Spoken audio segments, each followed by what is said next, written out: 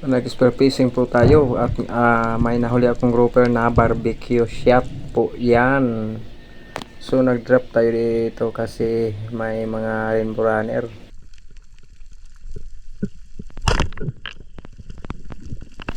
At ayun, na fatal shot. Tamaan ng spine, mga ka-very nice.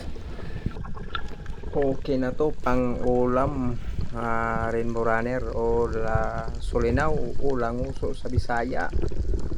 So ayun na po. So, sa lugar namin tag 380 per kilo yung mga first class gaya nito. So nag-drop na naman tayo at tingnan nyo, may nakita po akong maayos na mag-set ng ambush dyan sa may bato. So double ingat pa rin tayo at tingin sa kaliwat kanan at saka itaas, baka may dumaan na mga mamaw. So ayun, wala naman tayong nakita pero marami mga maliliit fish.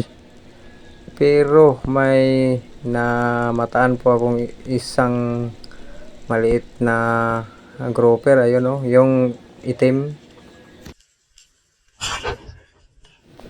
At ayun, sapol. Napakalapit niya, mga ka-very nice. So ayan na po, na barbecue shot kasi nasa malapitan lang ang natira na. So ayun na po, first class po to, mga ka-very nice. Nasa 1 kilogram again. Okay na po.